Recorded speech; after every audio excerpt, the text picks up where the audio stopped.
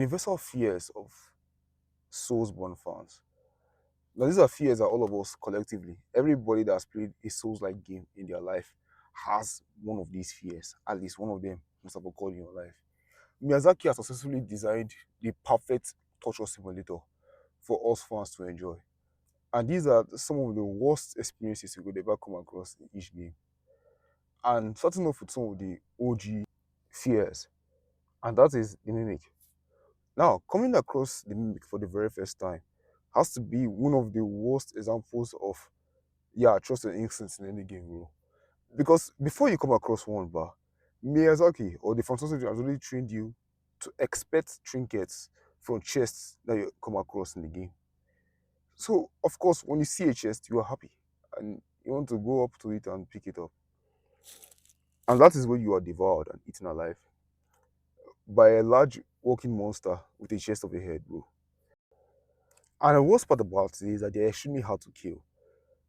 And when you come across one, the very first thing you're meant to do is to buff yourself up, take out your strongest weapon, and slam it down on the chest. Do not care whether it has a chain or not, bro. You do not take your chances, bro. If you trust your instincts around those stuff, you're going to die. Bro, if a mimic stands up, the entire boss room, for some odd reason, but the way they design like the rooms where mimic chests are in, they are so cramped up and enclosed. So you can't even escape anywhere. You're just stuck in a room with this large monster of a thing with rows of teeth, smiling with some dumbass laughter. Oh my god, just so, and you're just there stuck with this stuff, and you have to fight it to the death in this small tight room, bro. Nah, yo, whoever designed the mimics, bro, those people are evil as hell. Losing your rooms in a boss room. Yes, I just gave a bunch of you trauma. That PTSD just flew into your head. Yes, yes. When you have all your runes, I have been going through the game, you have business or stuff, but you're not finding your side of ways, yes. And you just mistakenly stumble into a boss room. Bro, some of the worst feelings you could ever have is you're in the middle of a boss fight and the boss kills you. And you know damn well that 30,000 runes are just there stuck in that boss room, waiting for you to go back and collect it. And now the entire game just turns into a game of ah, tag your race. You have to just rush to collect my runes quickly and then fight this boss. Yeah, you're scared. The very first thing you're meant to do before you even fight the boss is to go in there, collect your runes. I was supposed to collect the runes, but the boss just immediately kills you. And you're just like, wow, nice. Bro, losing your runes in a boss room, worst feelings in any game, bro. Top 10, some of the worst experiences any human being can go through. I wouldn't wish that to my second worst enemy, bro. That is terrible and God forbid that it happens to you as a game. Gravity. Yeah, any place that's high. Bro, it's been discovered that Souls fans, bro, have been beefing with Isaac Newton ever since he invented gravity. Bro, I don't know what he did, but still. But bro, the way they be just be doing us dirty, bro.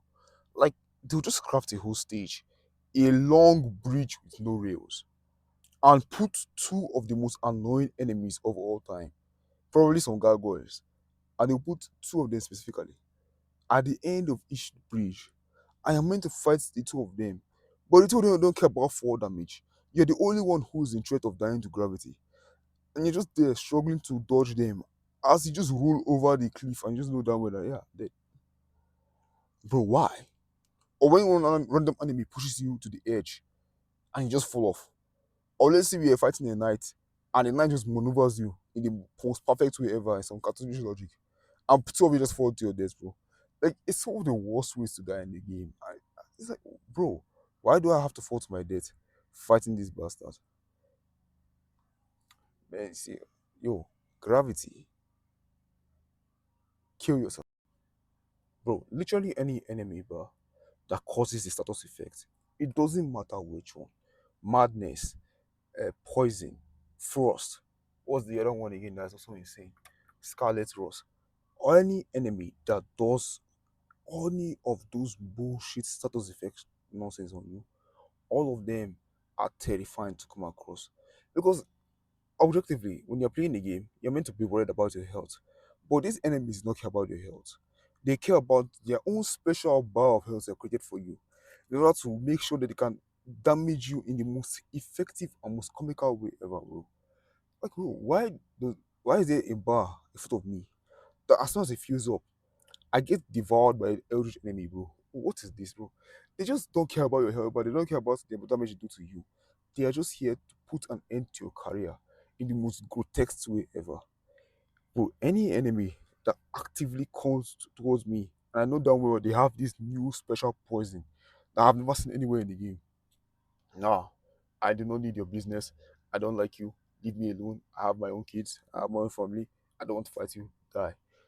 Some of the worst creatures to come across in any game are it's just like in the group of enemies bar, and you just see like a bar just like it really just increases to like a point, and like just a sliver of hope. Just one more hit and you're doomed.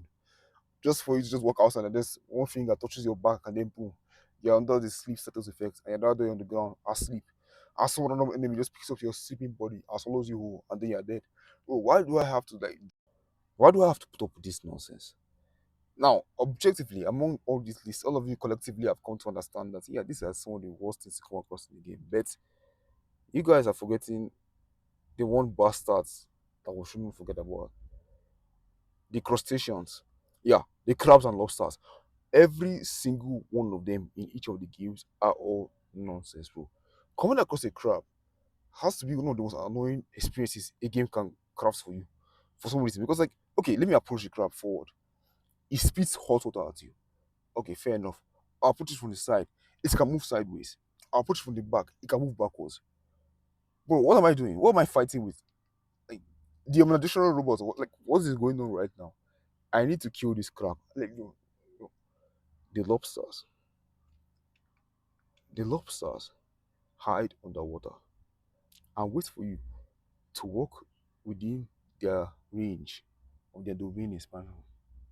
And as soon as your foot reaches 6.6 meters away from their claws, they just spawn. You don't even see them. They just spawn and grip your skull and drag you into the sea, bro. I hate crustaceans. I despise every crustacean in each of the games, bro. Yes, this bro, they are so yo, peace. Despite how terrifying all of these situations and annoying these situations are, knowing how well and how tightly designed the walls are, we all collectively go against these fears and enjoy these games for what they are. And that is beautiful. Because despite how scary and how dangerous these situations may be, we still overcome them and triumph over them. And that's nice. And that's beautiful. And I'm pretty sure that the games have taught people valuable lessons to be able to face challenges in your life. And what the fuck is